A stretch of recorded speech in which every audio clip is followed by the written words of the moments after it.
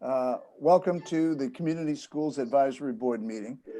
Before we get started, I would like to read the new open meeting laws. So let me read this over to you. Due to the ongoing COVID-19 pandemic and the state of emergency on March 12, 2020, Governor Baker issued an executive order temporarily suspending certain provisions of the open meeting law, GLC 30A, Section 20. Pursuant to the order, public bodies are temporarily relieved from open meeting law requirements that meetings be held in public places, open and physical accessible to the public, so long as measures are taken to ensure the public access to the body's deliberation through adequate alternative means.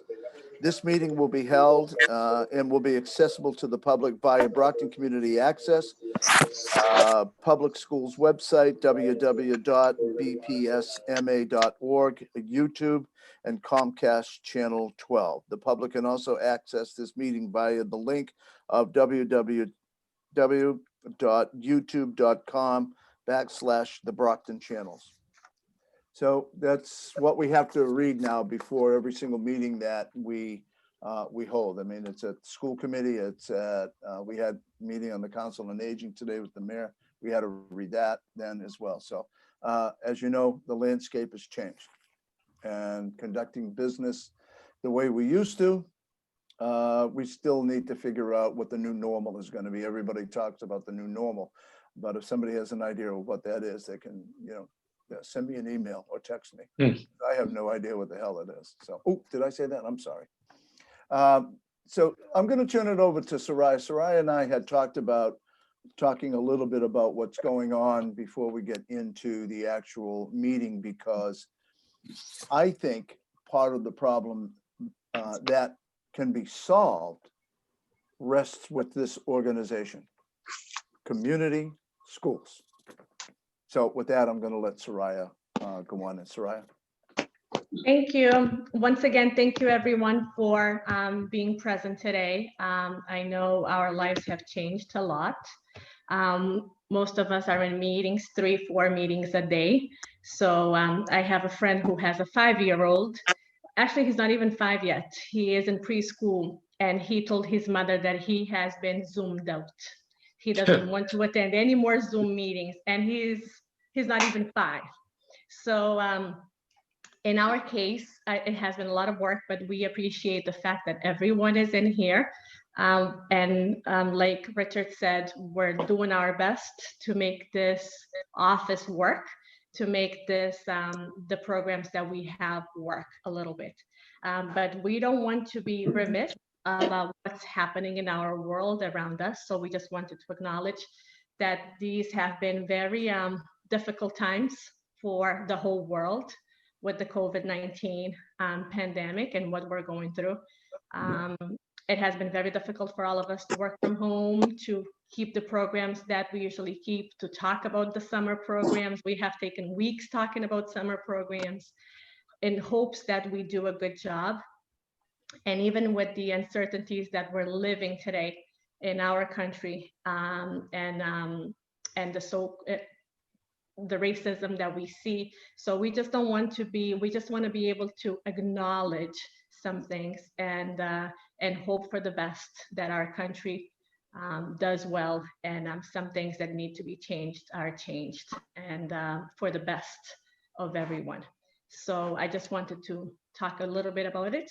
Richard, would you like to add something to that? Yeah, actually I would. I think, when I said, just before I turned it over to Soraya, I said that I think part of the problem solving mechanism is community schools. I think we can play a major role in not only going forward with reopening the schools, but making a dent and a difference in the racism that I see going on today. This is nothing new. It's been going on for years. Black lives do matter. This country was founded on giving everybody an equal shot, and that's not happening.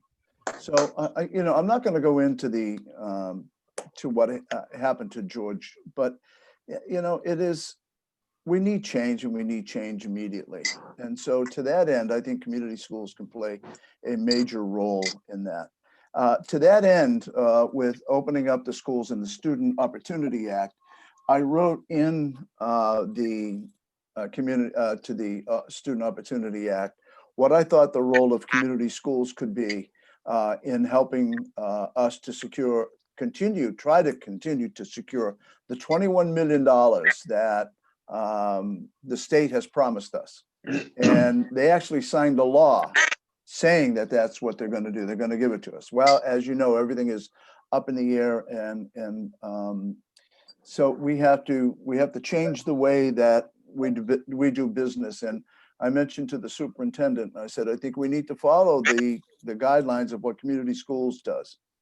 So to that end, I said to him, we can't do this alone. We have to invoke partnerships. We have to create partnerships with businesses and different community leaders if we are to go forward.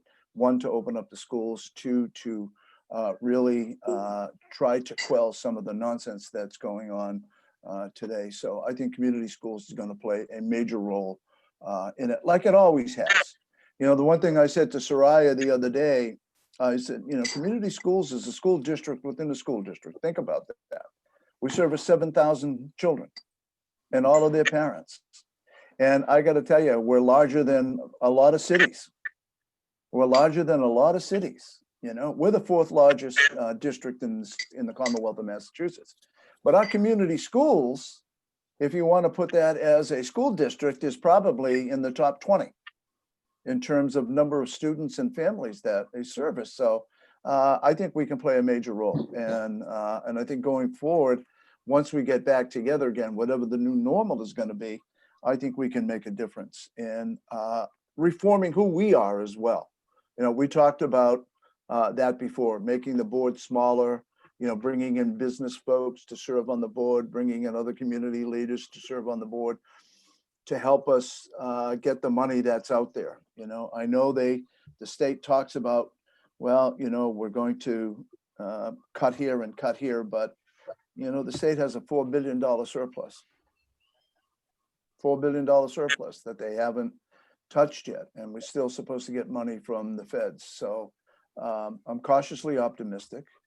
The budget for the school district, I think, came out the other night. And it's going to be level funded, which is right. That's the bottom. That's not the bottom line. That is where we're the starting point. So we're working on a 2% reduction in Chapter 70, as opposed to what was first originally suggested at 20%, which would have killed the Brockton school system.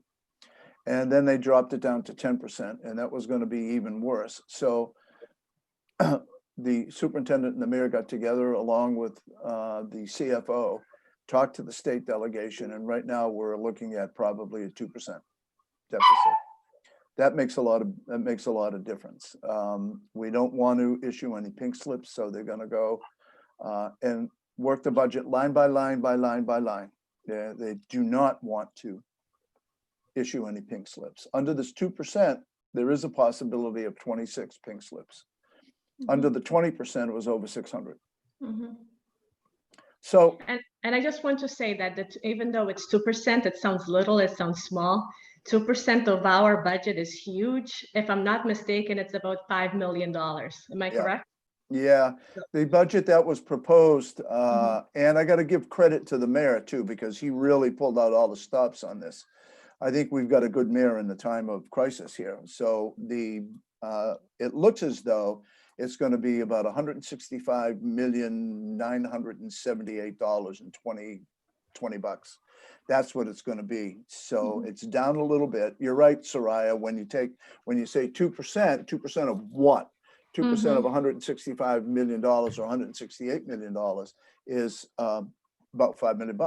Yeah. So, that's the other thing. Now, if we can get the Student Opportunity Act, that's an additional $21 million. So we'll see. I'm cautiously optimistic about going. We're hopeful.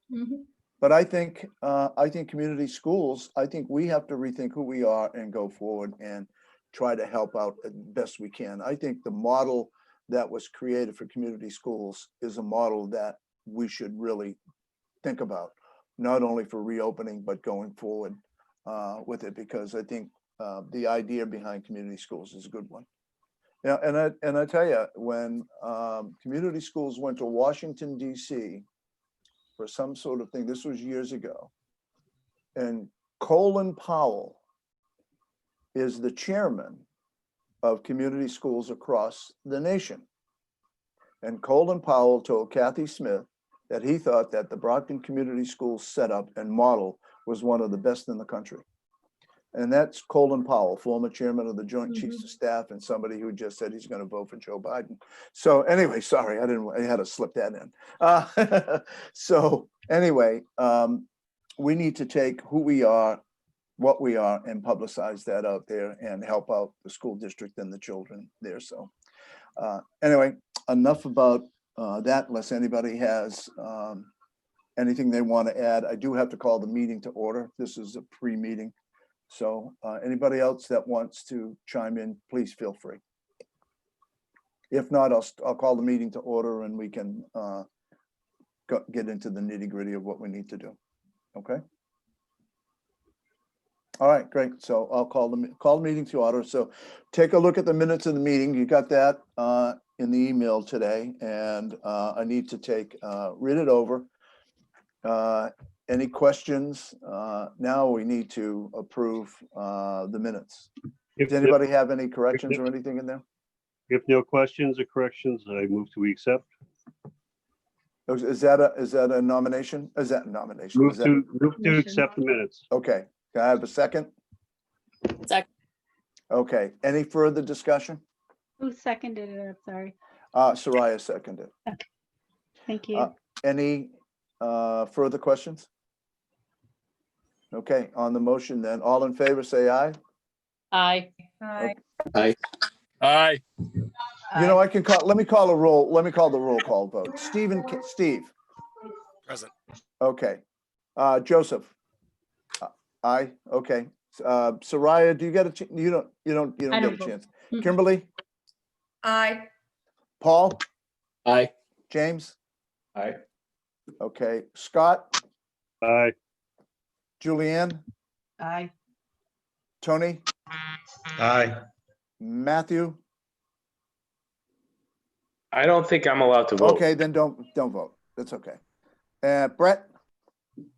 Are you there? Aye. Okay. Fidalgo?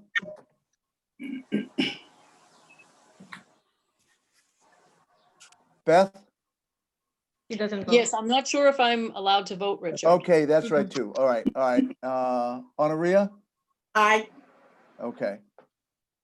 I don't know. Whose iPhone?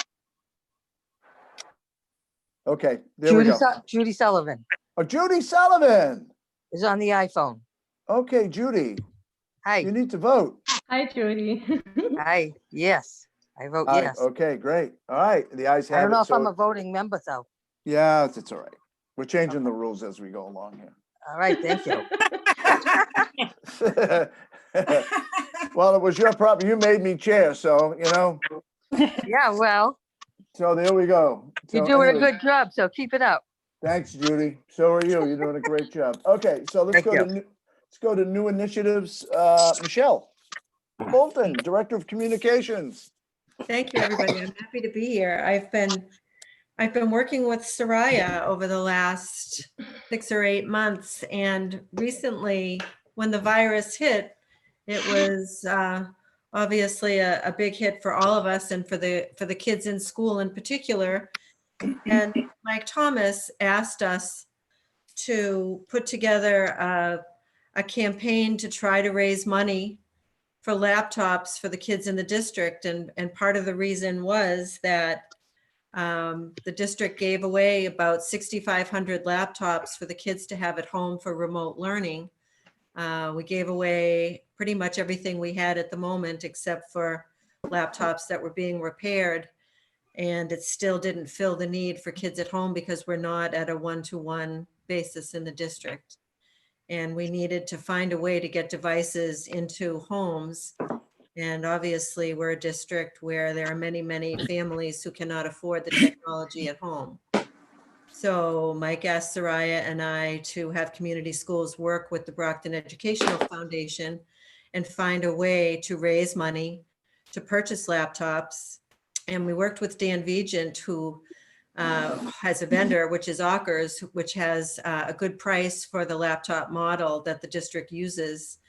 And so we started to put our need out on social media. We asked people to share the campaign on their own social media platforms. We've sent out a mailing to more than 700 of our local businesses, to alumni, to friends of Brockton School District. We've put it out pretty much everywhere we can. And in the last 3 weeks, we've raised almost $65,000 so far, which translates to over 180 laptops for kids. And we're still going. We're waiting to hear from a number of foundations. And really the generosity has been amazing, and it's still coming in, and the need is still there. But it's been an amazing experience to see how open people are to help the Brockton Public Schools through community schools. And Richard, it really just plays right back to what you just said about how community schools is so open and willing to work with the community and to find the money. And this is such a great opportunity and initiative to really get out there and do something that is so worthwhile. So that's one of the exciting things that we've been doing. Does anybody have any questions on that, or want to make any comments on that? On the laptops, in the finance committee meeting and the other night, Judy and Tony can chime in on this as well. Aldo is working with Plymouth County to secure funding for 16,000 laptops. Yeah. For the entire Brockton public school system. So he thinks that, and I think what we did at community schools was to galvanize that thought process. Yeah. You know, if community schools can do it, why can't we do it? So they're going to go to Plymouth County, which gives us money each year. So, and they have I to. think that's great. I mean, we needed to do something in the moment, because if kids were at home and they needed to Absolutely get their right. schoolwork done, if they didn't have a device, or they didn't have a way to have Wi-Fi to even work with their device, how were they supposed to keep up with other kids that have multiple devices at home? Or even if you have one device at home, but you have 4 or 5 siblings, I mean, how are we even supposed to work this out to have a level playing field for kids? Well, So- then you know what that means is that maybe we should sit down and talk with Xfinity and all those other guys and say, hey, look at, the Brockton community and our children, 85% to 90% free and reduced lunches. What can you do to give them a break on the Wi-Fi? Yeah.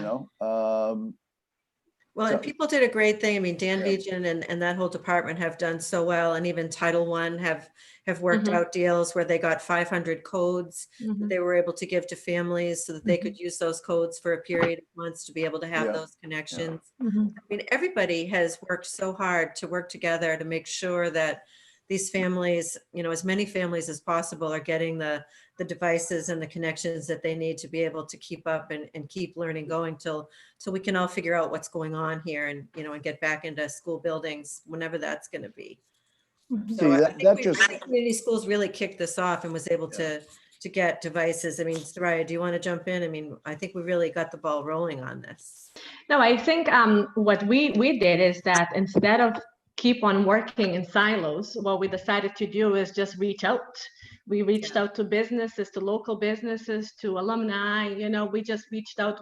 Michelle was great with putting everything on social media, different social media platforms, and people sharing and teachers sharing with other people. I think that's how we did it.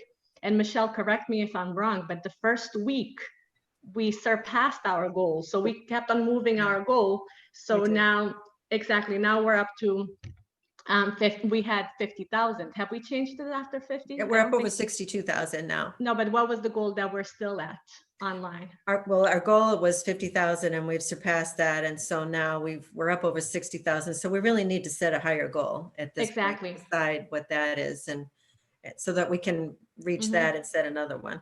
Right. So what we have learned is that people do help if we ask them for the help. Sometimes Right. we have businesses out there who want to partner up with us, and they're waiting for us to reach out so that they know exactly what to do.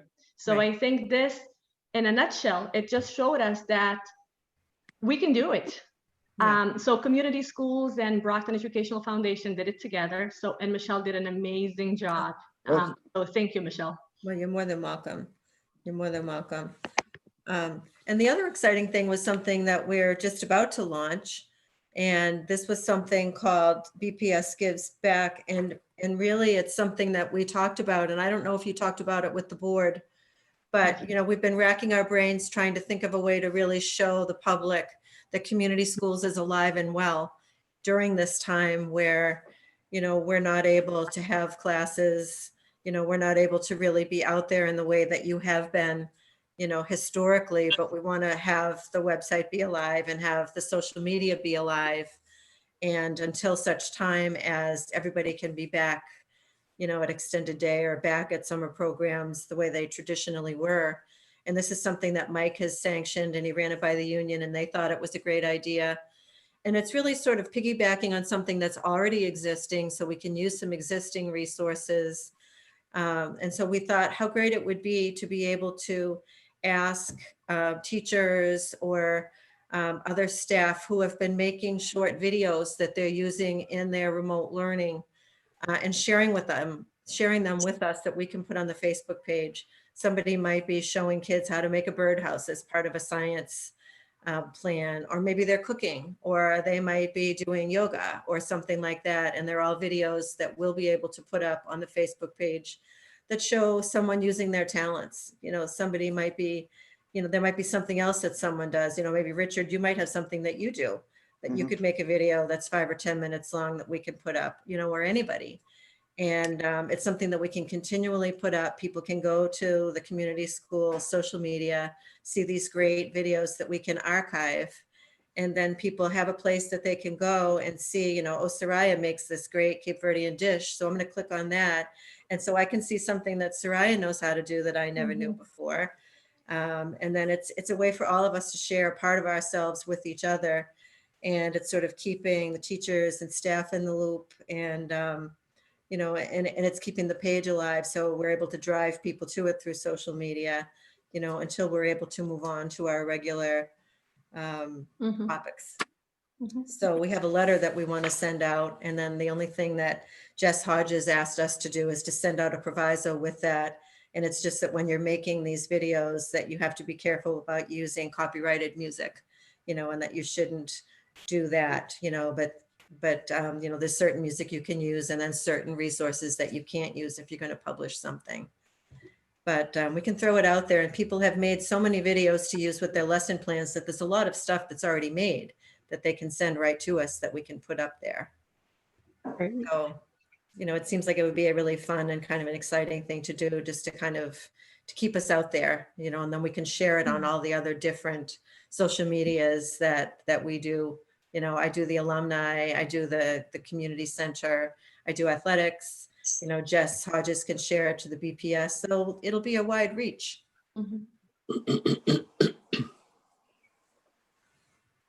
Okay. So Have you given any thought to doing a show, a TV show at BCA? no, that would be kind of fun. You'd be surprised how many people in the city of Brockton watch the BCA community shows. I remember I did 150 shows for the Democrats, and people watched it all the time. They had nothing better to do, but they watched it all the time. And so well, one of the ideas we had for the community center was we were thinking about doing the PCAs, you know, that was kind of like action shots that were something that was going to help to bump up, you know, the knowledge base about what was going on at the new community center, and just show the providers and then show them in action, you know, which we really can't do until we're back up and rolling again over there. But, you know, but it's something that, you know, video is just so telling, you know, it really just gives you that sense of what's going on more than, you know, obviously photos. But And if we created a show, you get 30 minutes and they show it each week. And so you could do 4 shows a month. And each week it's a different show highlighting what community schools is doing. And you get 30 minutes on the year. You can bring in guests. You can bring in people from the community, business leaders, talk about what we're doing, and do it that way. So That would be really fun, it actually. does. Like that. We just have to talk to Mike at BCA and go Yeah. down and get trained. And actually, we could use students to do the filming and to work in the little office there that they have in the center.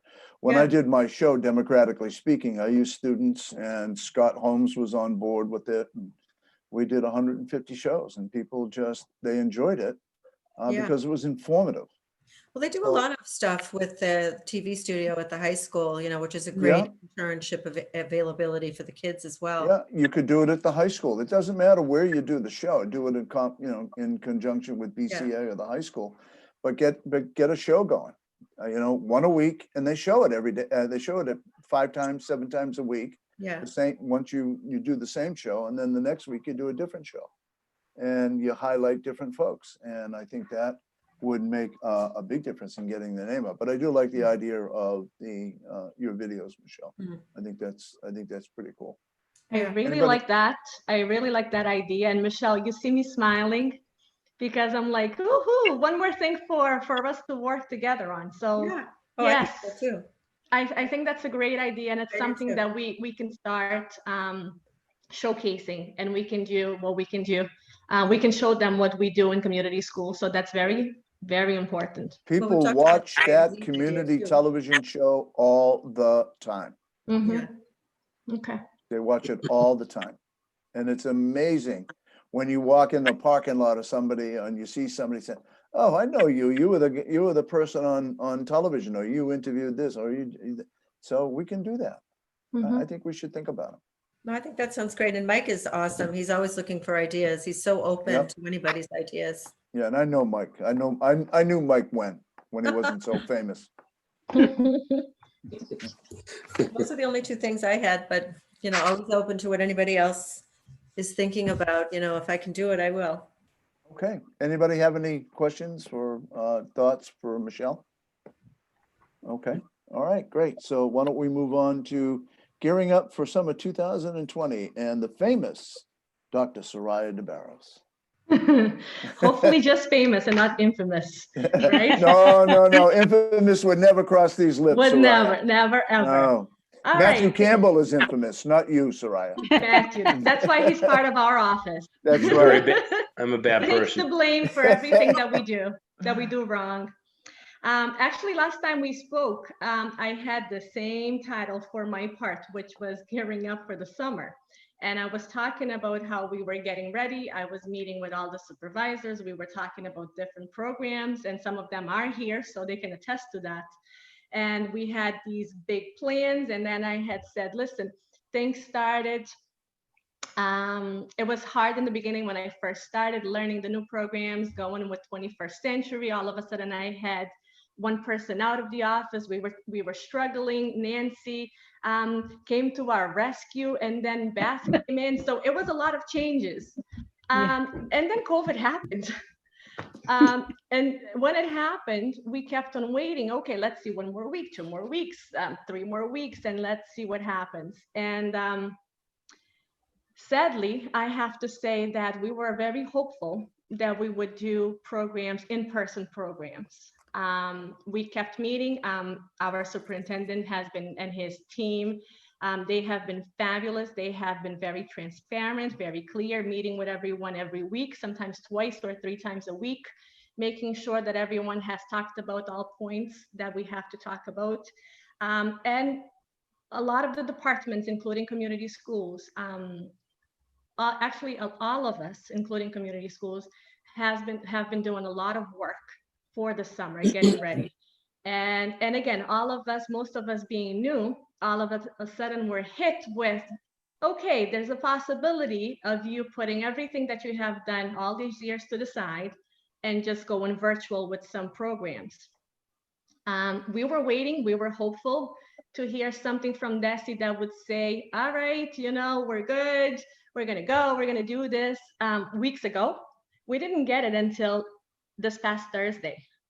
And we had a meeting on Friday when we decided that we are going to go virtual this program. We're not doing any in-person programs.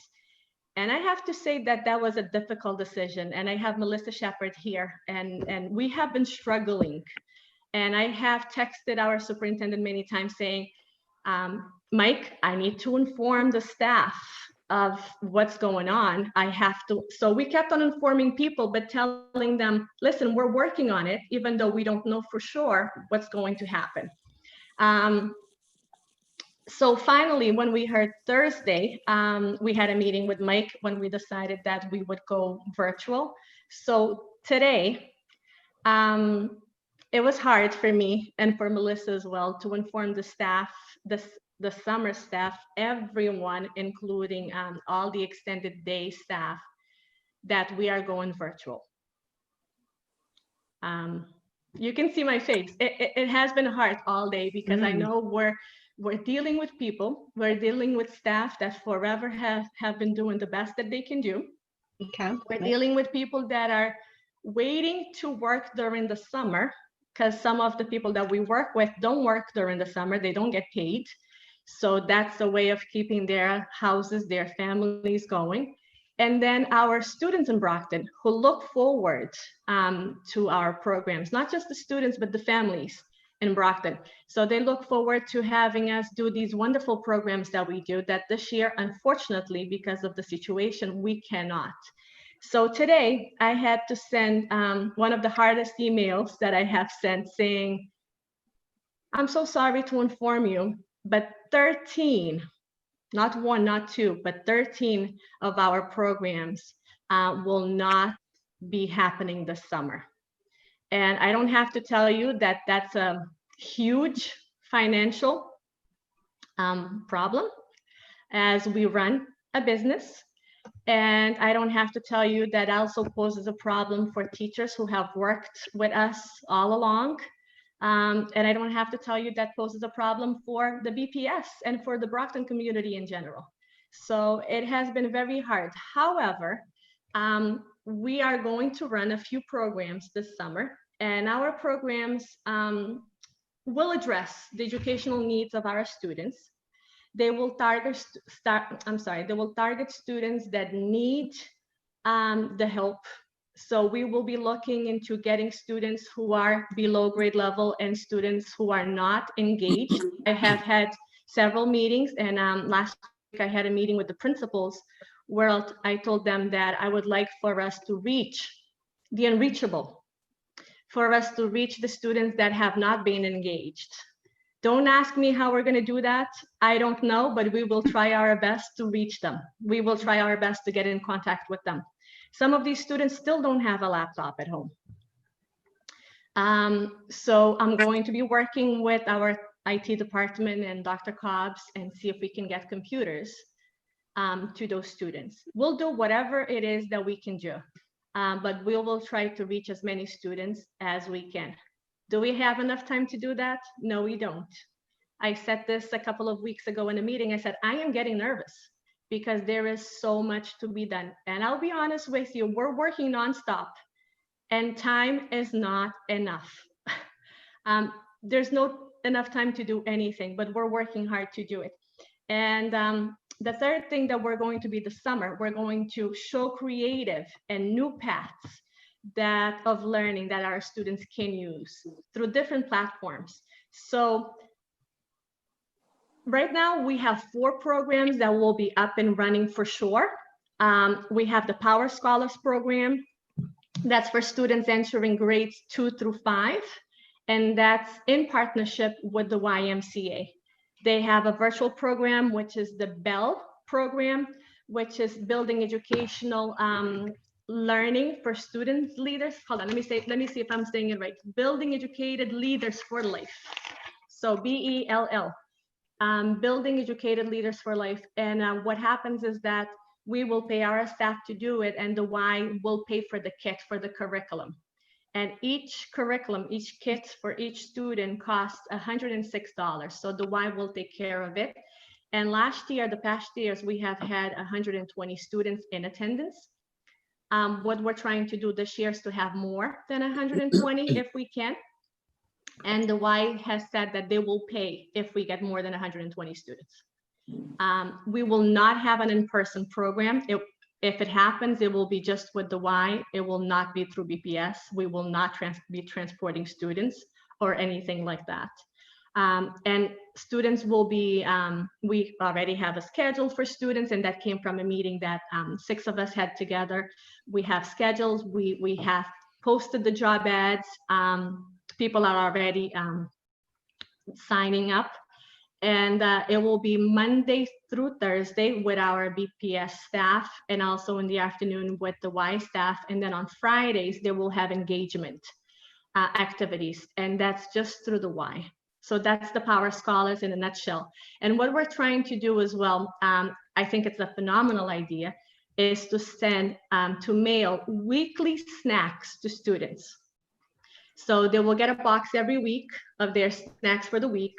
So according to the schedule, we'll have short blocks of activities. So they will have, for example, English language arts, and then have a break, have a snack, do an engagement piece, and then go into mathematics and so forth and so on. So we're trying to give them a little break so it's a little bit more interesting. And then on Fridays, according to the Y, they can have virtual tours. They will get kits that will have everything that they need to know. And the teachers will decide if they want to use Zoom or anything else. And for teachers, and this is in general, for teachers to contact students and for students to contact their teachers, we're going to be using the app Google Voice.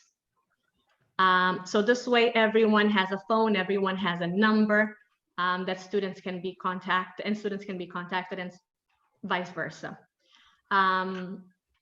So that's Power Scholars. The other program that we have is the Y Leaders.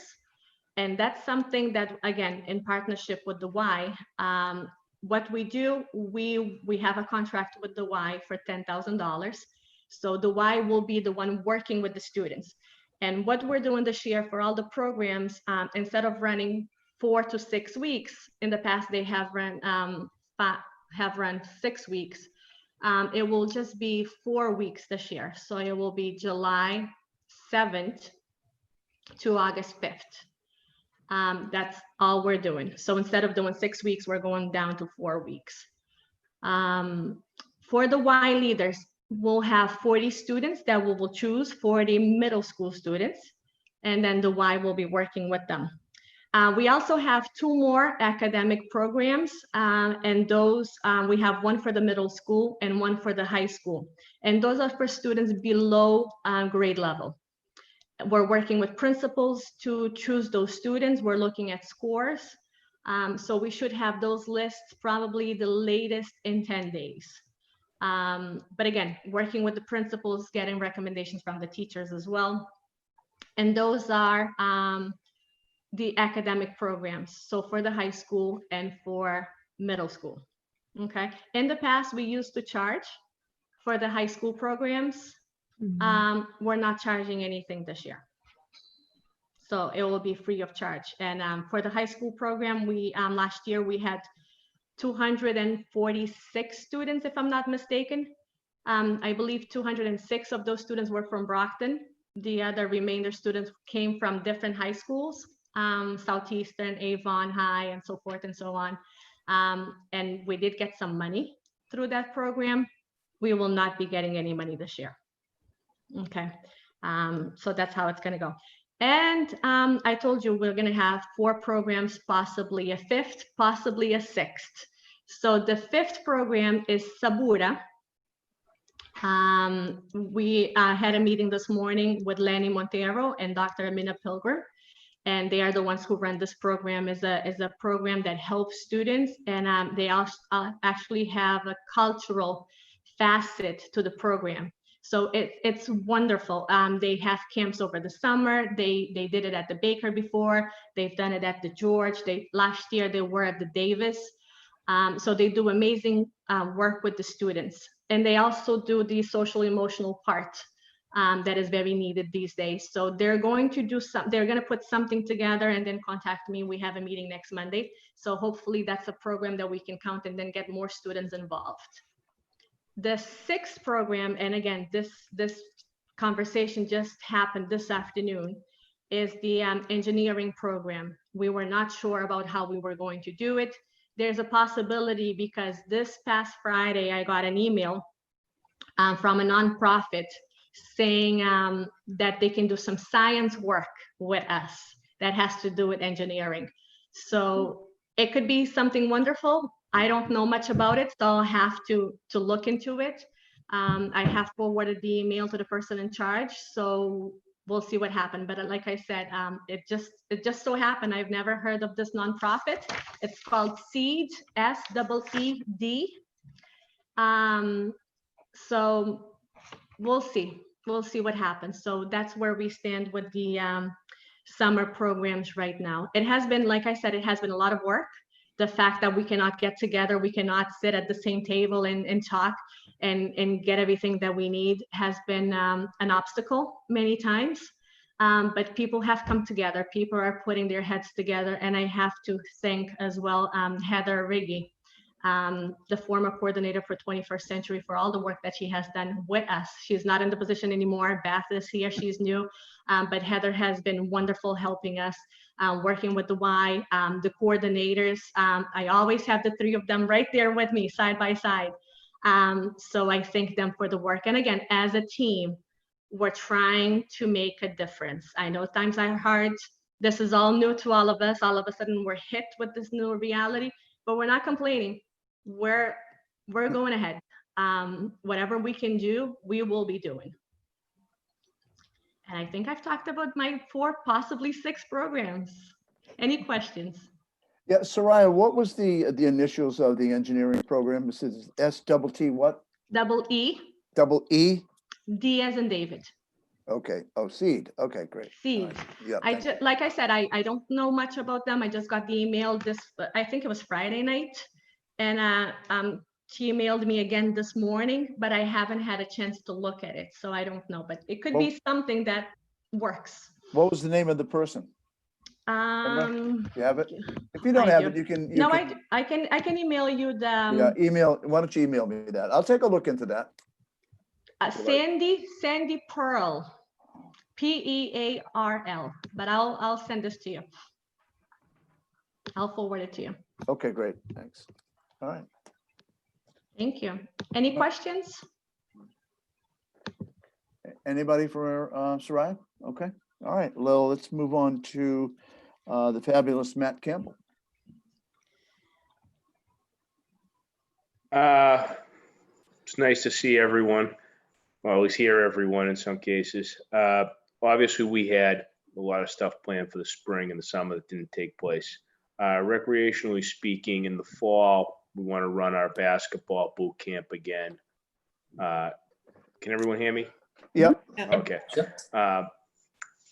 Our big initiative will be we're gonna work collaboratively with Beth, who's over in the 21st Century program, and Melissa, who's in charge of our extended day, and we're gonna try and provide some recreational services to those 2 programs. Get some of our own people, doing soccer, doing flag football, maybe doing basketball with the kids. Obviously, it'll be seasonal.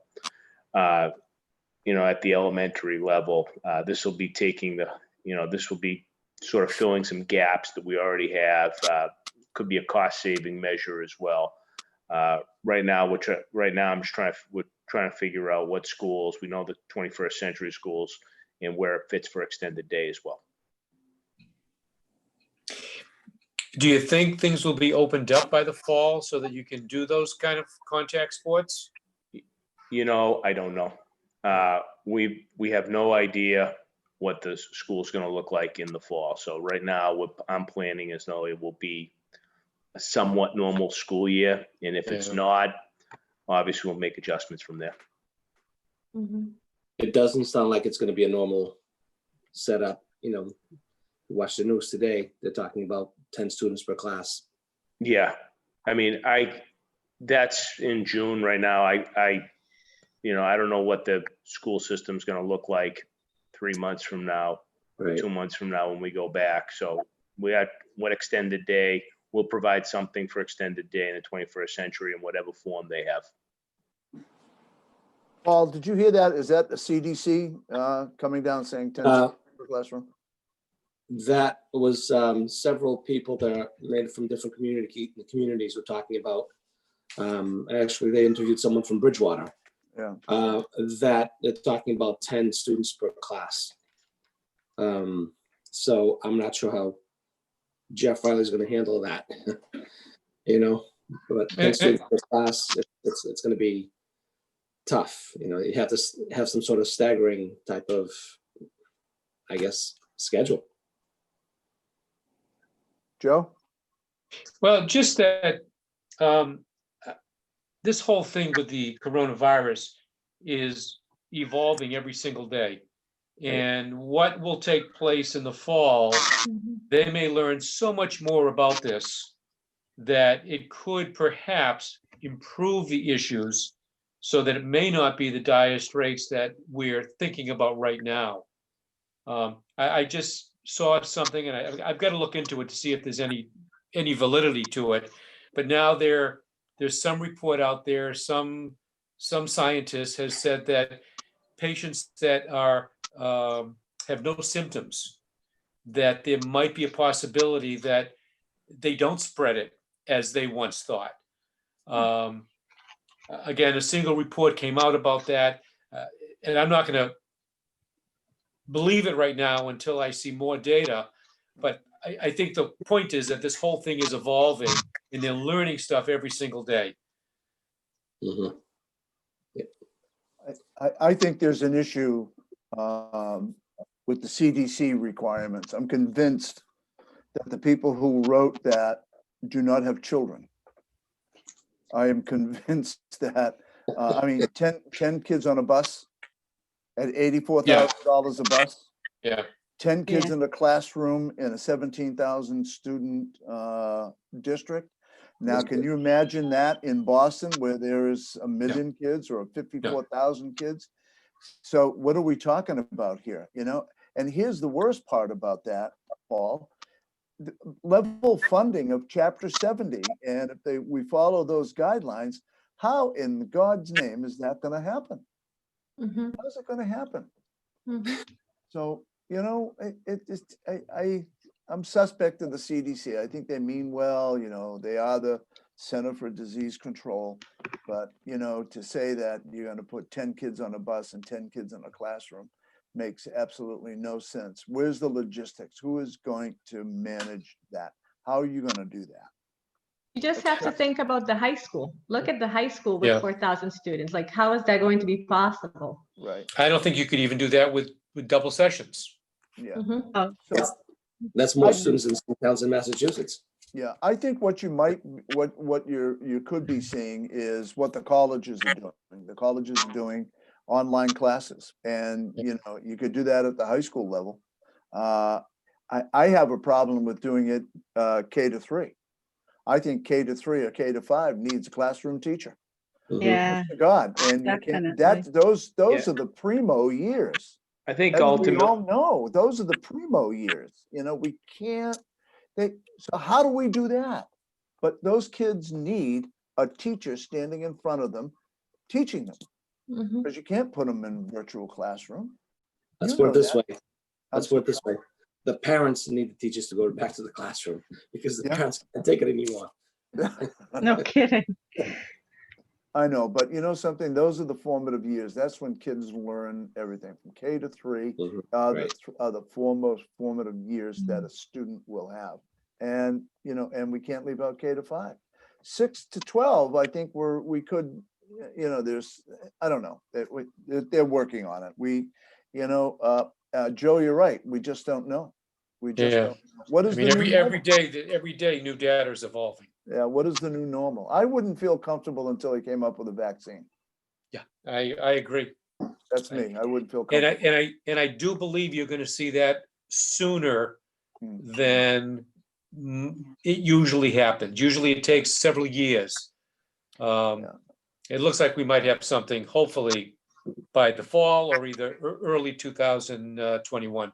Yeah, Let's go I know we got to get on to Melissa and to James, but I don't know if you're getting the same feeling I am listening to Soraya and listening to Matthew and everybody else and Michelle about the collaborations. Do you see what I mean about we can't do this alone? We have to collaborate.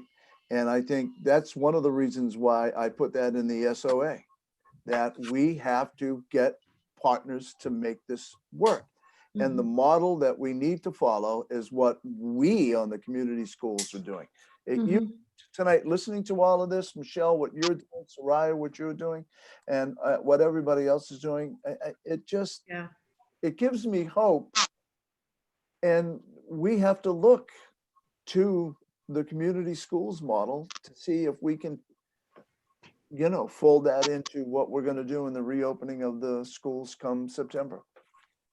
And Richard, we have so many resources within the Brockton Public Schools. We have so many resources within Brockton. So it's just a matter of us tapping into the right resources. What Matt was talking about, like we have teachers who are wonderful coaches, who are good at different different sports. So we could use those teachers, pay them, and still save a lot of money that we don't have to be paying other people to come in and just do business.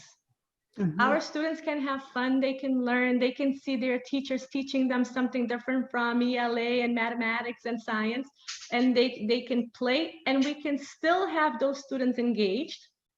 We can still, I don't want to say this in the wrong way, but we can still make a profit out of it and still charge less than what we have to work when we have to work with other people. So we're talking about new partnerships, new way of working together, and we're excited about that. We talk about Brockton being the city of champions, and then we look at Marciano, we look at football, we look at all of this. Here is why I think we're the city of champions. For the last 6 years, not this past year when Michael took over, but the past 6 years, the state has underfunded the Brockton school system $48 million per year. Per year. And look at what we've done. To me, that is what we call the city of champions. We continued to work. We took a left hook, we took a right hook, and we didn't go down. We kept on fighting, and look at what we've got now. We continue to do this, and we'll do it again. But I think we need to come through the community schools model. I've talked to the superintendent about it, and he likes the idea, but we need to really work. So enough of me talking. Does anybody else have anything for Soraya or Paul before I ask Melissa to come on and speak? Beth Keane is next. Is Beth next? Oh yeah, I'm sorry, Beth. I'm sorry, Beth. Sorry. Hi, Sorry, everyone. Melissa. I gave you hope and I took That's it away. okay. I'm waiting. I'm waiting my turn. Be brief. I'll shut up now. It's nice to see everyone. Coming on after all this talk about collaboration, I have been collaborating with many different resources over the last weeks that we've been home. In addition, to the weekly admin district meetings, I'm also a part of Mike's redesign team, where we're working on the reentry plans for the fall, which has assisted me with summer programming meetings that I've sat in on, and it's giving me a good idea of what I can expect for our after-school programs going forward. I've had a really good focus on weekly regional 21st century meetings. I've been going to meetings with 21st century staff from other districts. So I can tell you and piggyback on what Richard has said in that, I know things seem difficult, but I can tell you from talking to these people and meeting with them on a weekly basis, Brockton is out in front really in addressing a lot of this online learning and getting summer programming up and off the ground. There are districts that come on that have no laptops for their kids. They have no means of communicating with them other than the phone. So they're picking up, kids are picking up paper packets. And I'm certainly not putting down any communities. I'm just saying that, they have different resources available to them. And sometimes size works against them being smaller than we are. So we are really out in front in terms of staying ahead of this. With that said, I have been focused on meeting also all of the state meetings that are held in terms of any information coming forward with after-school programming, summer programming going forward. That includes budget, it includes grants, it includes informational meetings. And in addition to that, the state has provided SEL trainings for coordinators out of a program called Kid Grit. And I have attended all of the meetings. The last one, I believe, is this week. I believe it's on Thursday. And going forward, we're going to be looking at, and Soraya and I have spoken about this, is adding about 10 minutes of mindfulness or SEL activity work within our programs once we come face-to-face again. And Kid Grit is a resource that we can use for our teachers to assist to train them, and our grant money can assist us to pay for that training, which I think will be significant going forward with the populations that we have. And lastly, I am completely immersed in writing an exemplary grant for the Brookfield School. I hope you can appreciate how challenging it has been trying to train myself to do this remotely from home. There are 36 grant items that need to be addressed within the body of the grant. That does not include the grant overview or the narrative, the grant narrative over the 3-year life of the grant. And then in addition to that, I'll be preparing the Excel budget proposal for that grant. So I'm about a little more than halfway done with it now. And hopefully the narrative is going to be the easier part for me as an English teacher. So thankfully, I'm heading into the easier parts, hopefully, of the grant. So that's where we're at. It's due June 25th. And I am really hoping I can do us proud with that grant. I have really worked hard on it, and I've gone to all the virtual trainings, but it is difficult to try and manage it remotely from home, but I'm giving it my best. And if there are any questions, I'm happy to answer them. Anybody have any questions for Beth? No. Thank you immensely for the job that you're doing. And I am trying. and one of the reasons why Brockton is out front is because we got a great team. That's the reason. We do, Richard. And if I could add something, last time we met, I had said that Patty Landerholm would be coming into our office. Well, she did make the transition, and it was during the pandemic. But she is part of the community schools office now since April 27th. And she is going to be working on a manager's budget, and she'll be working directly with Ms. Keane when it comes to the financial part of the grant. So we're so excited. And every time I have a meeting with the staff, I keep saying the same thing. I'm like, I can't wait to go back because we're going to have everything into place. We have all the pieces that we need to make this puzzle work. So the idea is there. We just need to go back and start working on it. But we're good to go. Great. Okay. Does anybody have any questions for Beth? No? Okay. There being none. So Melissa? Hi, Go ahead. everybody. Good evening. Hi. So what's been going on with Extended Day? Like Soraya mentioned at the beginning of the meeting, you know, we had heavy hearts today to sort of send that email to staff about not opening this year. You know, we were holding out every last hope that we would be able to meet the health and safety guidelines outlined by EEC because we are linked in with EEC for our funding for subsidies, which I'll talk about in a minute. So I myself, this would have been my 20th summer in Extended Day. So I started off as a younger 20-something as a teacher, and just to speak to a moment about that program and what it does for, you know, kids and families and staff. It's a family, our Extended Day program. It's very large. You know, we have about 200 employees in the summer, and we serviced between 350 and 375 kids every day last summer.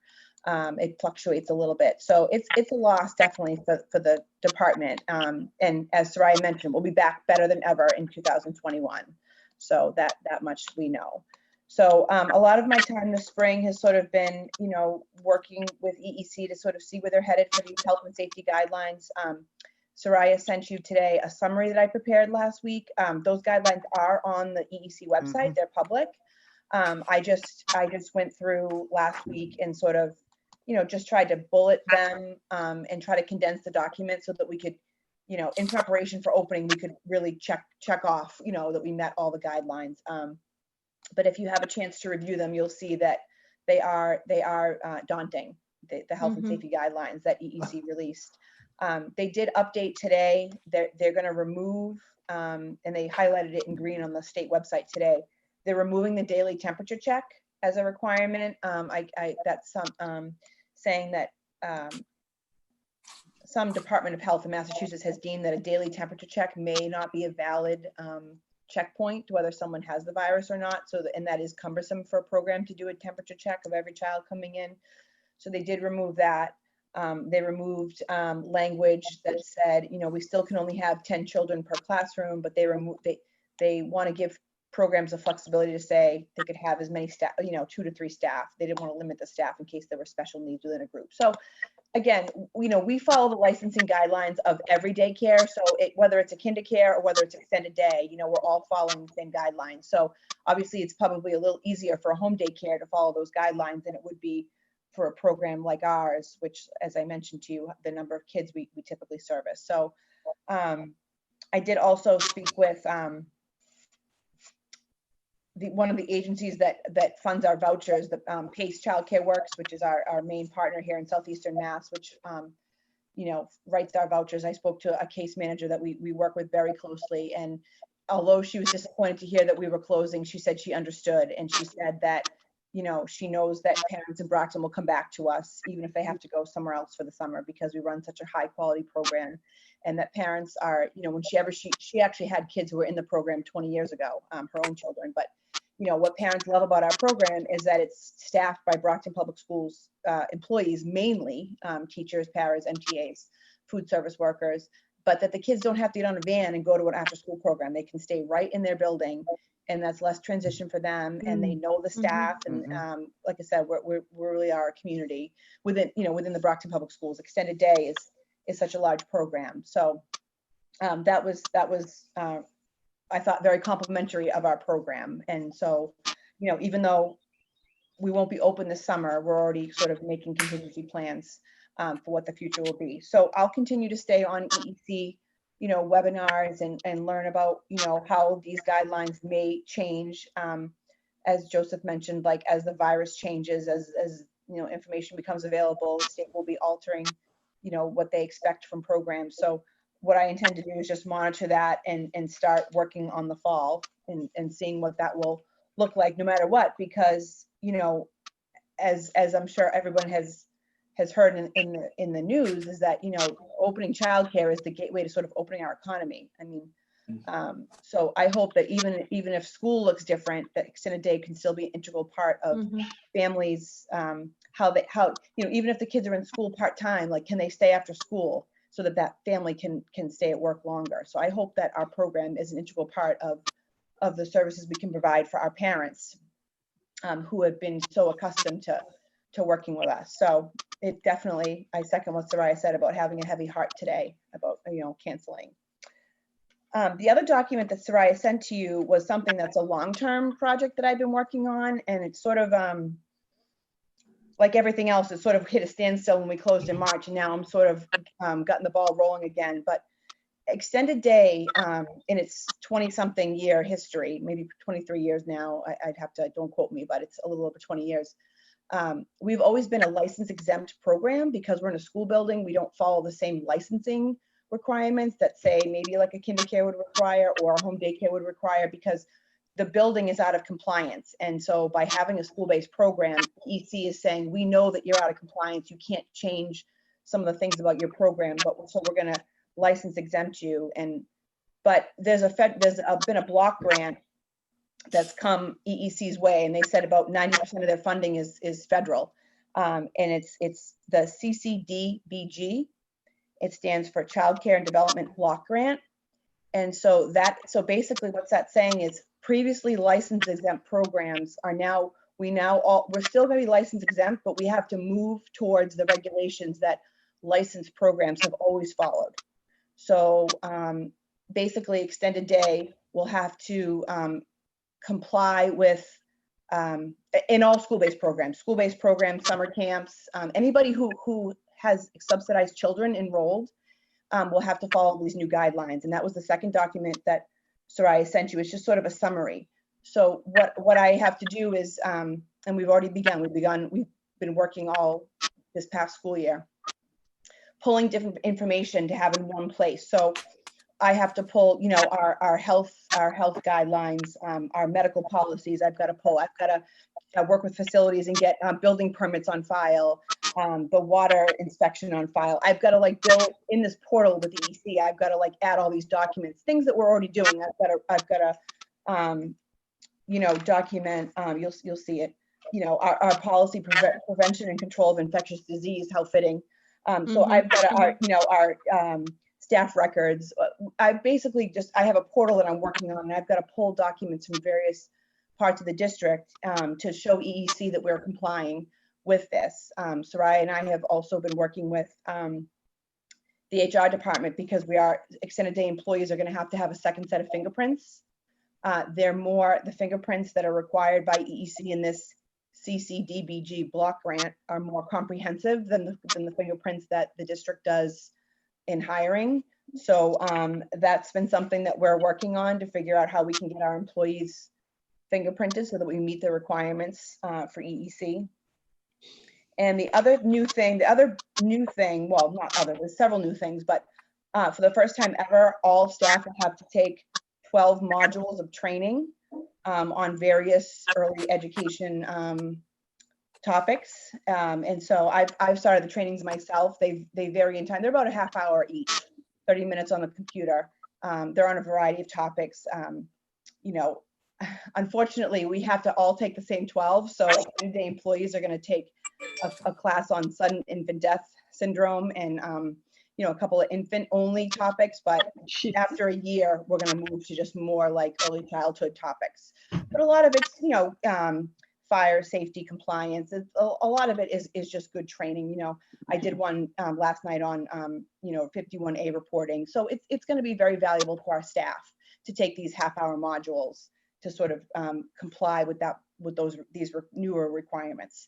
And so we have to, everything is sort of on hold. I have a liaison, of course, at EEC that's working with me. EEC has applied for an extension, but pre-COVID, the deadline to comply was September 30th of 2020. So, we're moving in the right direction. We have a lot of moving parts. Soraya met with facilities in March, and Dr. Cobbs was going to, help us on this, the various building certifications, and some of that stuff is just on file. It's just a matter of pulling it and getting it into the file. I met with Tobias. He was going to help me.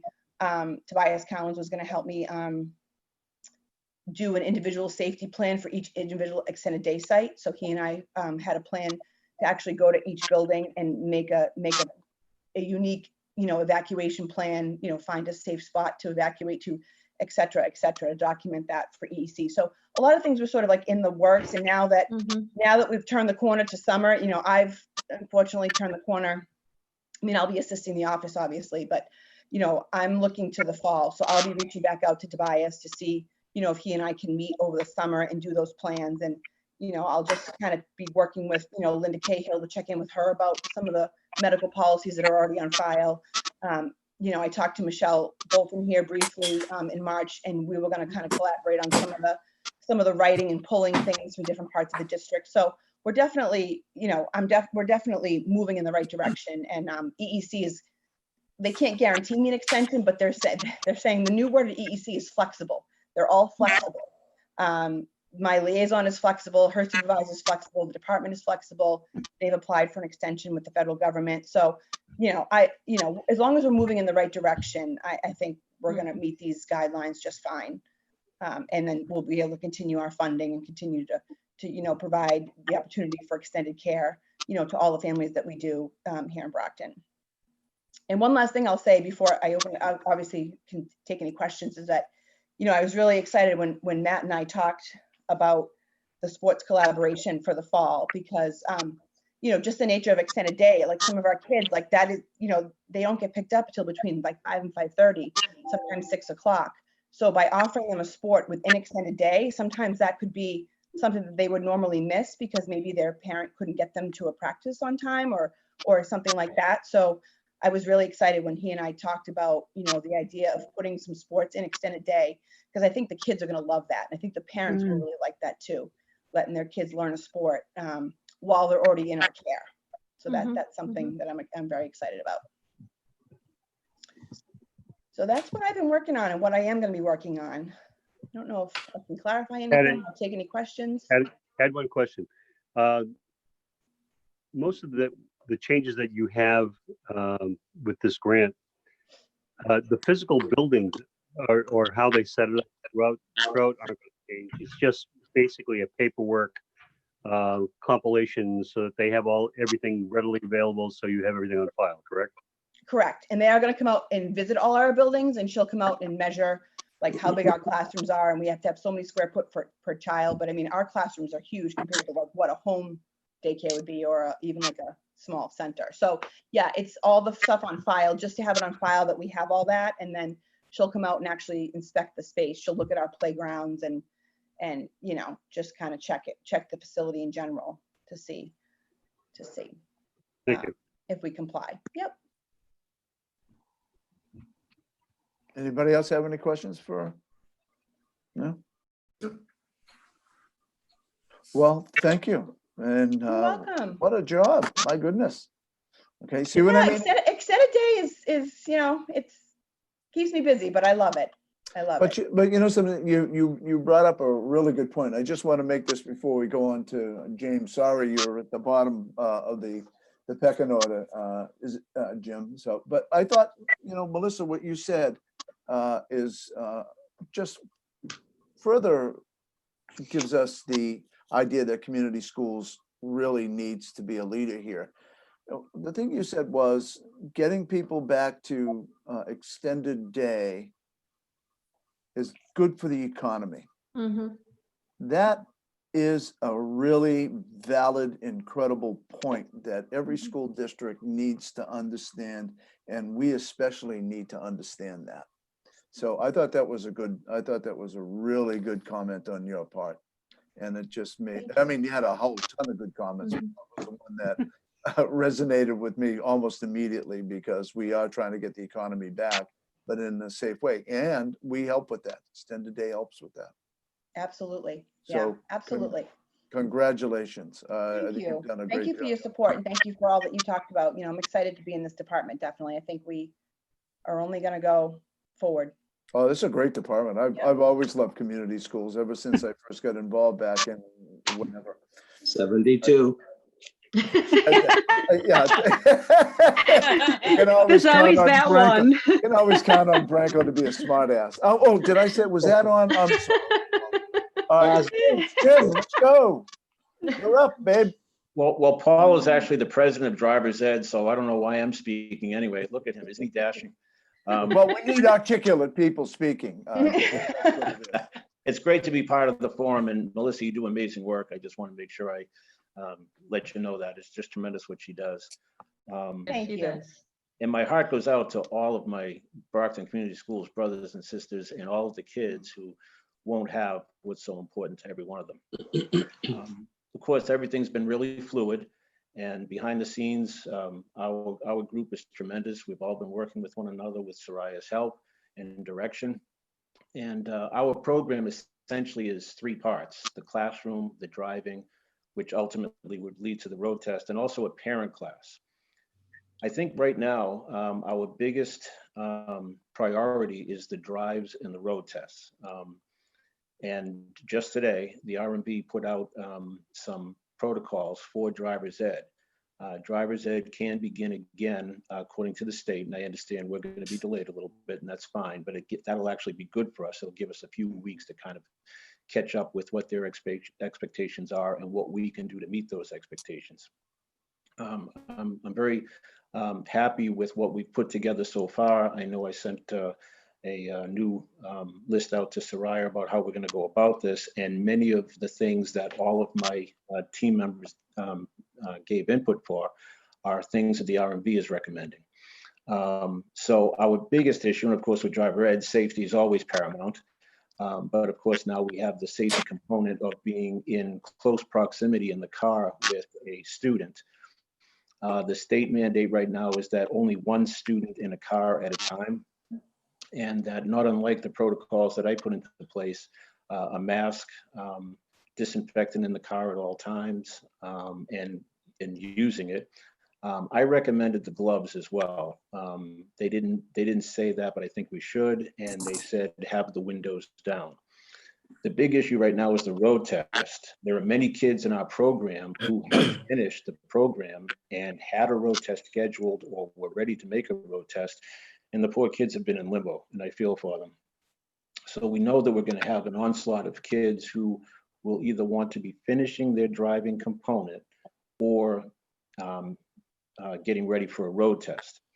We have also talked about using one of our cars exclusively for road tests, and that's something that we'll look into down the road as well. So we're trying to stay fluid. We're trying to stay proactive. The biggest issue, I think, is the classroom. And issue in that, as a high school teacher, I miss the kids. I really do. I miss the kids so much. And I think it would be good for the program and maybe even good for Brockton High School to have a class at the high school, as we always did, with different protocols to it. And maybe we could work collaboratively with the administrators in the buildings and maybe test out some ways of going about students entering the school and how we can go about doing things safely, because certainly that's part of the planning for September.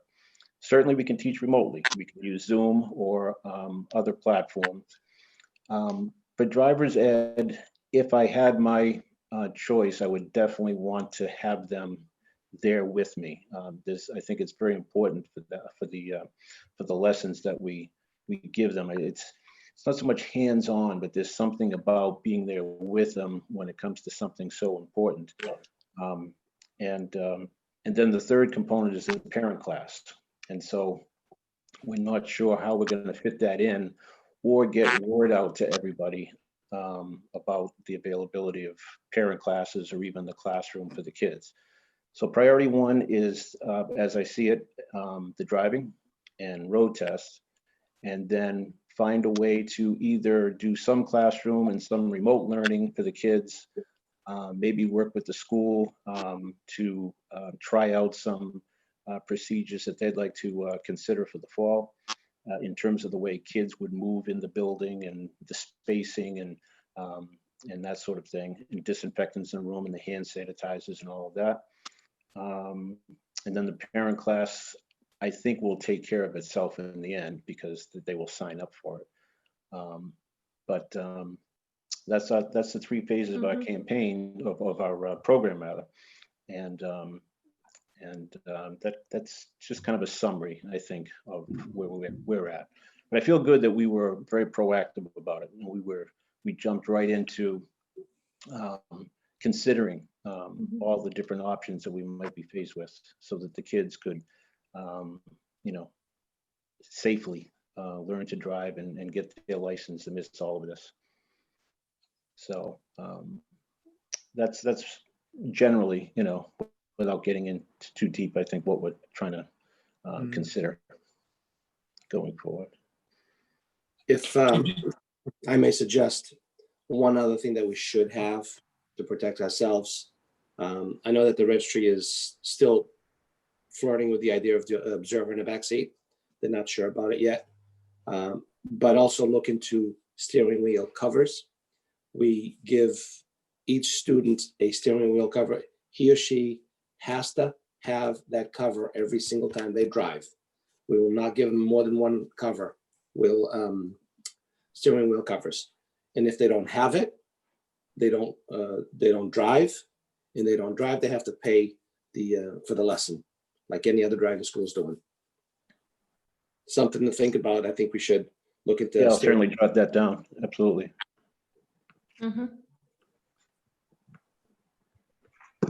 Yeah, we keep trying to think about the safety issues, and we keep trying to add and consider, things as it moves along. Very fluid, of course. And we're not even sure if we're really going to begin, right? So we just want to be as ready as we can. So Just- Jim, would the Yes. 10 students per classroom work for you?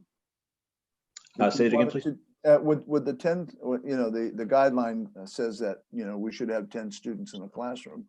I think for regular classes, it's an absurdity, but for your class, would that work for you? Yeah, it sure would. There was also, and again, it's very fluid because it just came out today from the RMV, is they were recommending something. I saw some figures real quickly before I came to the meeting, 25% of a typical class, maybe as much as 40% of a typical class. That's especially true for the smaller driver ed schools that have a very small classroom capacity. We generally use one of the study halls, Azure 225, the big study hall. Sure. So from our perspective, we thought that if we did have in-person classroom, which I think is really important for the kids, as would be true for regular school, obviously, we knew that because it was such a big space, we could have maybe 3 seats in between each kid, you know, and work with something like that. And then also, we thought, like I was saying, for the September for the school is how do we bring the kids into the school? How do we set up spacing? Do we bring them into the cafeteria, maybe 1 per table? And of course, that would give them, you know, enough space as long as they were seated properly. How do we get them upstairs safely? I'm thinking that we might need another teacher. Normally, we could have 1 teacher, but I think we have to have more eyes, you know.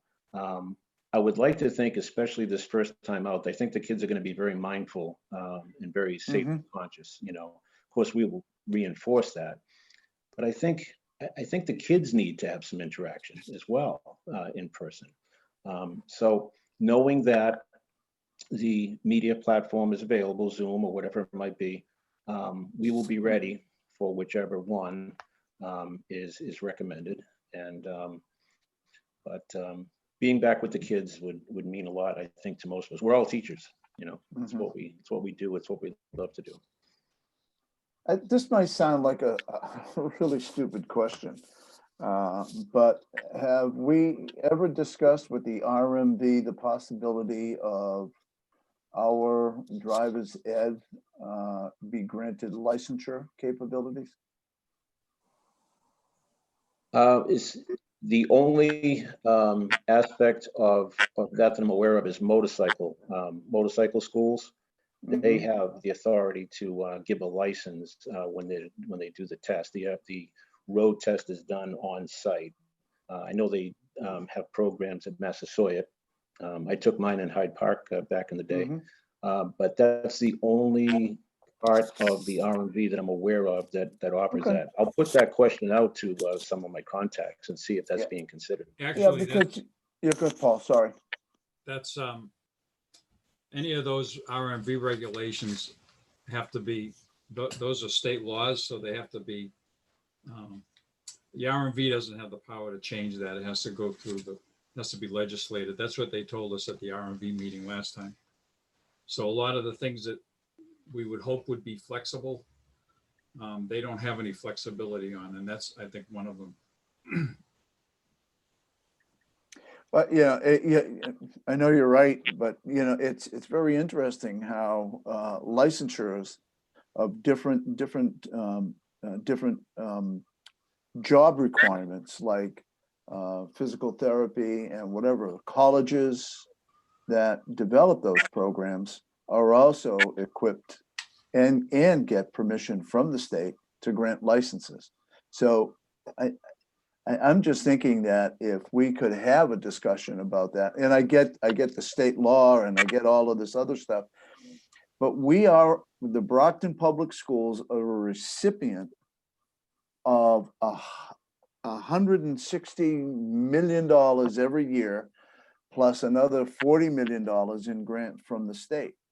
So we are part of a state process. So I'm just wondering, it's just something I'd like to throw out there because, you know, one of the things that you were talking about, James, was, you know, getting these kids their license, you know, and what better way, you have control over that. You know the kid, you know what the kid is capable of doing or the person is capable of doing, sign off on it, you know, and give them a license. Yeah, the compromise based on, you know, like Eric was saying, the law, is I talked earlier about having one car devoted to road tests on any given day. And so the compromise there would be maybe we could work with the RMV to see if we can get those kids scheduled for that day, as opposed to now it's very kind of, so we're trying to work with different possibilities. They've been very nice to work with. Yeah. The RMV has also come up with the idea of certifying instructors just as a temporary measure during the COVID to give road tests as a temporary measure. They have brought that out. Okay. So, but I don't know. We haven't heard anything more about that at this point. I think that should be more than a temporary measure. I think that should be a help. And then maybe cutting a deal with the RMV. What does it cost for a road test? Does it cost anything for a road test through the RMV? Yeah, $35. It's $85 completely, $50 for the license and $35 for the road test. I'd be happy to share that with the RMV. And then maybe 40%. Maybe go 60-40 RMV. Then you guys get money that can help you facilitate more and more and more stuff. I think, Eric, I think that's a great idea. I think, we should look into that. Not that you need any more work to do, but, again, it's all about creating partnerships. And why can't we create a partnership with a government agency who we service? Yeah. No? Jim, I had a question for you. As far as the observation time, is the state waiving that given the current situation?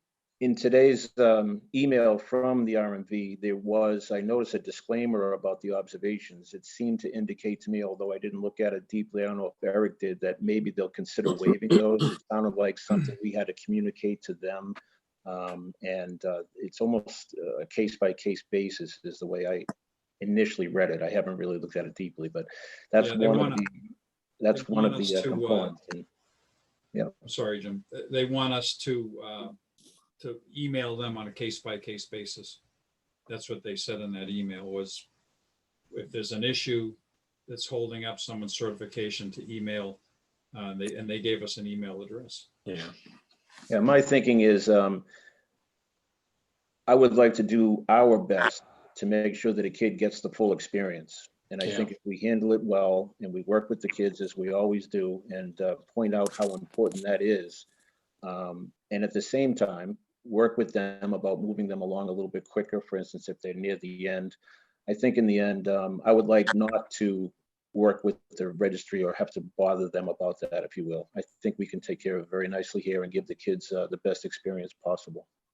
Well, speaking for my two kids that went through the program, they loved it. It was just absolutely fabulous. My two boys went through it, and I went through the parent. I went to class twice. Okay, so I mean, I found it to be absolutely amazing. But I also think granting you guys licensure, I think is a good thing, and then we can share the revenue. Well, we're going to put you on our all-star parent list. If you go twice, your name is going to be on a plaque. So it's impressive. Oh, yeah, no, let me tell you, my name is in every single building in the world. It's called the bathroom. So you don't have to worry about any of that stuff. So you can't lure me, Jim. That's why we like having you here. Thank you, Richard. Jim and his crew, they have been working. They have done a lot of good work. We've met a couple of times, and there's a process, there's a program that they have put into practice that is ready to go, even though they cannot be working on these things until June 26th. They have been working on their own time, trying to put something together that whenever the summer starts, then they're ready to go. So I want to thank you, Jim, Eric, Paul, Felicia, everyone, Mary, everyone who has been working together to make this happen. I thank you. But I have a question too. How about if we were to do group tests of, for example, 25, 20 people at once? Yeah, that can be done. It's going to cost the student more money. There's a fee for that. And we've looked into it before, and we could do it. And if we're lucky enough to have that compromise of one car and they're going to help us get the students on the same day, maybe we can kind of avoid that extra cost to the student and to their families. But certainly I can look at that again. Yeah, I think that's one of the things that we need to look at, and this is something that we can talk about because there's so many projects going forward. But I think group tests, because I know other school districts do that, that could be something that we could work on. Sure. Yeah. Typically those would be on a Saturday, sometimes Sundays. Sundays, yes. And that's why I'm hoping that if I could work, we together could work with the RMV, maybe I kind of got the idea that they might consider a compromise there. Something, like I said, like on a Wednesday, we could kind of use our car, actually even charge other individuals who are not part of our program who want to take a road test.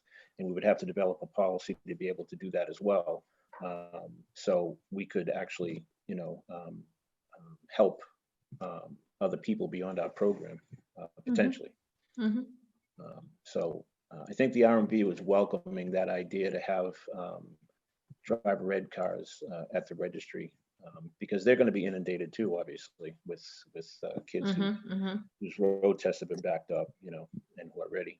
They're actually, they are, because part of when we took the webinar, the three of us, they talked about it, how they were servicing people that had scheduled their test back in March and April. So they're behind in what they have to do. So they're playing catch up right now.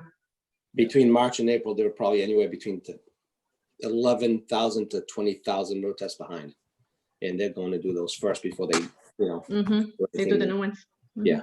And, the group road test, you could do that on a Saturday morning. Sunday morning, you can actually set it up at Brockton High. They'll usually do that. Other schools do it, and they'll set it up in a parking lot of a school. And the registry person shows up there, and that school will either have one or two cars going, all at just continuous. One goes for the road test, one's practicing road test. They're all allotted a time, and the student has to be there at a certain time. Let's say it starts at 7 in the morning. You're 7 in the morning. Someone else 7:20, 7:40. So it goes done within 2 to 3 hours. Usually up to about 20, 25 students, I think, or more. And some schools actually do this every 3 weeks. And that's a great source of income for us. That's something that we should really consider and look into it very carefully. The ideal. Well, income is a good thing, Paul. Always is. Income is a good thing, especially for the programs that we want to initiate and what we want to go for. So, anyway. Especially this year. We could set it up. One person going for the road test. One of us there with the student for the road test. The other one is practicing for 10 minutes in our lot, doing our thing and getting them up there. 10, 15 minute quick review. You're next. And we're done within 2 to 3 hours, 25 students. Some schools charge as cheap as, I believe there was one in Walpole at $99, and there's others $199 per road test. So and kids are always looking for road tests, because some road test appointments could be 8 to 10 weeks. This is in the past. I can imagine what's going to be a now. If we could set those up, something to think about. We should really look into it. Okay. No, I like this. I think we should, Jim, listen, every time we attend a meeting, we leave the meeting with more work. So no, my apologies. More ideas, no more work. More ideas. Oh, I like that. Positive twist. So my apologies, but we'll have to meet again. And I think I like the ideas that we heard today. And like Richard said, income is good, especially this year, with what we're going through. So we'll talk about it. And like I said before, I thank you for the great work that you have been doing. They are great. We're ready to start on the 7th. And we can wait to go back to a little normalcy, if we can say that. I have one the more. car start. Yeah. I have one more. Go ahead. I'm sorry. Go ahead. You're cuter than me, Paul. Go ahead. No, your head's too shiny. Nobody's cuter than Paul. What about the little theater for the classrooms? That will hold a few extra students. Sure, Instead of that's a good idea. We could, maybe instead of having 10 or 15 in the study hall, we could have maybe 25, the actual 25 to 30, space them out every 3-4 seats. Sure. Skip a row. Great 3-4 idea. And Yeah, there's good. different entrances too. And just one entrance, right Yeah. from the our own door that we go through the E118, go right upstairs, and we're right there. What about multiple rooms? Yeah, that's a possibility. Depending on how many kids we have sign up, and that's going to be an interesting thing. But yeah, multiple rooms might be nice, and or some virtual learning as well. So options are all on the table for sure. Not sure how many. Multiple other numbers. Yeah, you never know what your how many students are going to be in a class. It's always it's always a new group with new numbers. But typically we had in the 30+ range per class on average. Then we have to factor in makeups as well. But for classes that a kid might have missed, so we have to kind of work that out as well. Instead of having to pay one of us to be there for this kid to make up a class, hey Joe, hey Maria, you missed mod number 7. You're going to make up mod number 7 next class. Put that out to them. If they miss a mod, they have to make it up the next class. So that way we're not paying extra for people to be out there. Yeah, that's what they do. They make it up the next scheduled mod. Okay. Yeah, we don't pay any extra for makeups. Okay. All right. Anything else? All right, so let's move on to, thank you for all of that information. That is just absolutely fabulous. Again, it reinforces what I'm saying about community schools. It's a fabulous model that needs to be out there in the forefront of getting us back into whatever the new normal is going to look like. So congratulations, you guys. You did a fabulous job. Okay, the next item is new business. Is there any? Yeah, what's going on with the Shaw Center? Sorry for bringing it up. Actually, it's not on our radar screen right now. It is trying to get the school open, and it's trying to, right now, nothing is going to go anywhere until we get the budget. Look, put it in front. You can talk to, I mean, Tony and Judy would probably know a little bit more about that than I do, even though it's going to be in Soraya, but I'm not sure that that's even been discussed, has it? Because I'm going to be involved with that as well, so I have no idea. Tony, do you have any thoughts on that?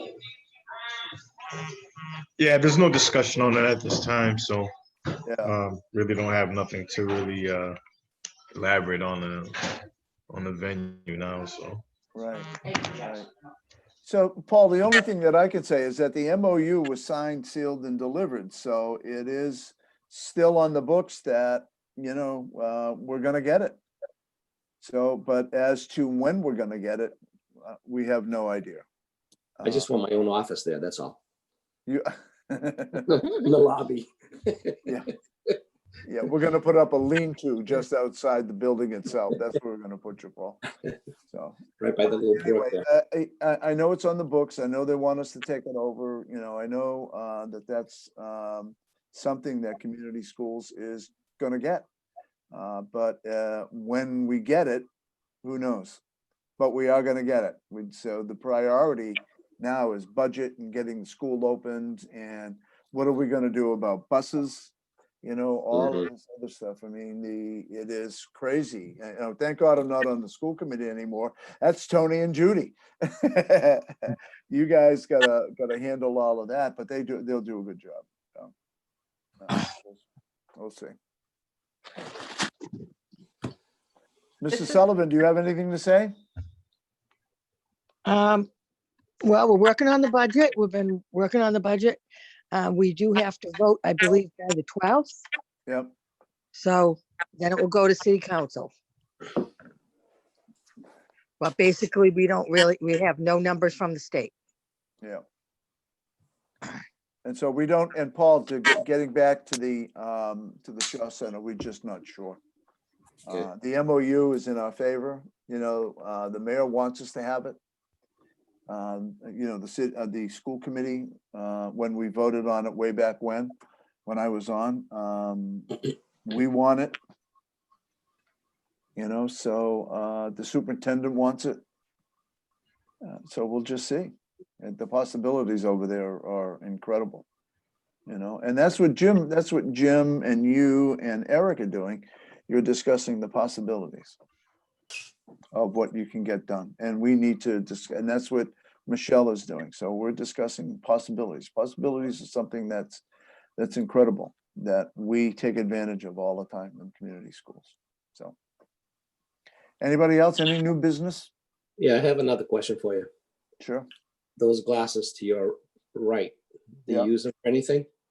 They look like wine glasses. These ones over here. Well, yeah, my kids use it. I'm a teetotaler, Paul. Something I'll share with you. I'm one of probably 1% of all the people in the world that is allergic to alcohol. You're kidding. Nope. Wow. Wow. I take a sip of alcohol and I'm at the ER. Wow. So I found that out about 30 years ago. Don't ever cross my path. I haven't had a drink in 32 years and haven't had a cigarette in the same amount of time. Wow. If you ever take me off, I'm gonna dump a drop of alcohol down your throat. Yeah, well, Paul, here's what I said to my oldest boy, Sam. I said, on my final wish, if I'm gonna go, here's my final wish. I want 3 fingers of Jack Daniels, which was my drink, and I want a Gasha Vega cigar, and I want you to put me I want you to sit with me in the backyard. If I'm gonna go, I'm gonna go with that. That's my final wish. We'll make sure of that. Yeah, my 2 boys are gonna do that. So my two guys are gonna do that. So sounds great. You're not going to go. We need you, and we're not letting you go anywhere. Hopefully Well, no that's time soon. Not at all soon. But that's Exactly. an old military thing that we do, because my 2 boys are in the military. So Sam is dealing with the covert out in western part of Mass, and unfortunately Jonathan's in Afghanistan for his 3rd tour. So wow. Both graduates of Jim McSherry's program. And Paul, you actually know Sam, my son Sam. Yes. Because yes. he filmed your nephew, Paul's Ernie's son, kicking extra points or something for his scholarship. Sam did all the filming of that. That was my son. Your son? Oh, is it your son? I thought it was okay. All right. Mine. I think Sam did the filming on that, the video. Yeah. So anyway, enough of nostalgia. Okay. But Paul, thank you for noticing my wine glasses. I really appreciate it. So Motion. I've more loved new Paul for Motion to years, so adjourn? anybody who thinks that I'm giving him a hard time, but I've given him a hard time for about 25 years. So I love the guy. Joe, you have something? Nope, I just gonna say motion to adjourn. Oh, Seconded. oh yeah, look at Scott. Scott, oh yeah, let's get the heck out of here. I got one. All right, seconded. All in favor? Aye. All right, see you guys are great. See you guys soon. And Soraya, I'll be in touch with you guys. All right, get up. thank you, everyone. All right, good luck, guys. We'll see you later. Bye-bye.